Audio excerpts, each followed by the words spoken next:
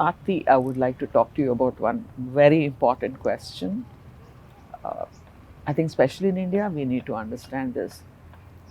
It is perceived that schools are meant only for academics. They are supposed to make them into some professionals. But what about that, the exam of life? Are we preparing? Is one. Do the parents understand that also happens in schools? I know parents realize the importance of schools during the pandemic times. They were very keen to send. I feel they're going back again and they talk only about academics. But what about the child, the human being? What do the schools prepare and how do they prepare? Can we explain, touch base on that? I wouldn't talk about all schools, ma'am, but I would talk about what we do here, because primarily because we're very child centric as a school, all our branches focus on child centric education, life skills, and things like that. See, ideally, the word school and the word academics and all that, they actually mean leisure. So the word school at least means leisure, and we've somehow forgotten that it's that, and we somehow feel this is like a mark making machine, factory, assembly line. Child will come in as raw material, process 1, process 2, process 3, quality control, and we'll throw them into the Yes, market. button. Exactly. So we get them into one mold and we want to do this. But that's where, ma'am, what you beautifully said, what is this real exam called life?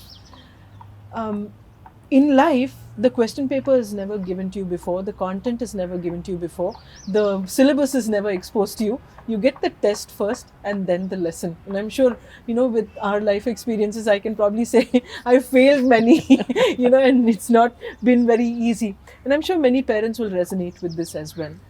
The earlier industrial revolution, the first industrial revolution, and the fallout from that was the school system, where we were preparing children to become employable in the companies that were being run.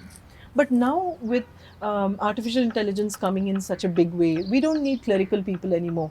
Anything that's repetitive can be automated and so on. So in that sense, we need to sort of become aware that schools play a very important role in three levels. One, because our families have become smaller and the interactions are smaller, our schools need to be ecosystems where children can develop social skills. In that sense, schools need to have more non-academic time, meaning they should have freer spaces where they have time, just those picnics sometimes, very informal project-based learning where they can interact, realize that I'm a team player, I can lead the team, I can participate well. So a lot of these skills Brainstorming. which they may not get at home can happen in this ecosystem. The second area where schools can really help children is in emotional regulation and emotional understanding. Of course, it'll start at home. I'm not minimizing the role of the parent. But here, what happens when we're working in a team? I'm also going to work with somebody who's older than me, somebody in a position of power, probably. I'm going to work with somebody who's subordinate, somebody age wise younger than me. So many things that I may not get naturally in the home. So, what happens is with you, when I'm working with you, considering that you're older than me, the way in which I may need to regulate my emotions with you will be different from the way in which I will regulate my emotions with a peer. So, these rich experiences only a school may be able to offer before I'm put into life.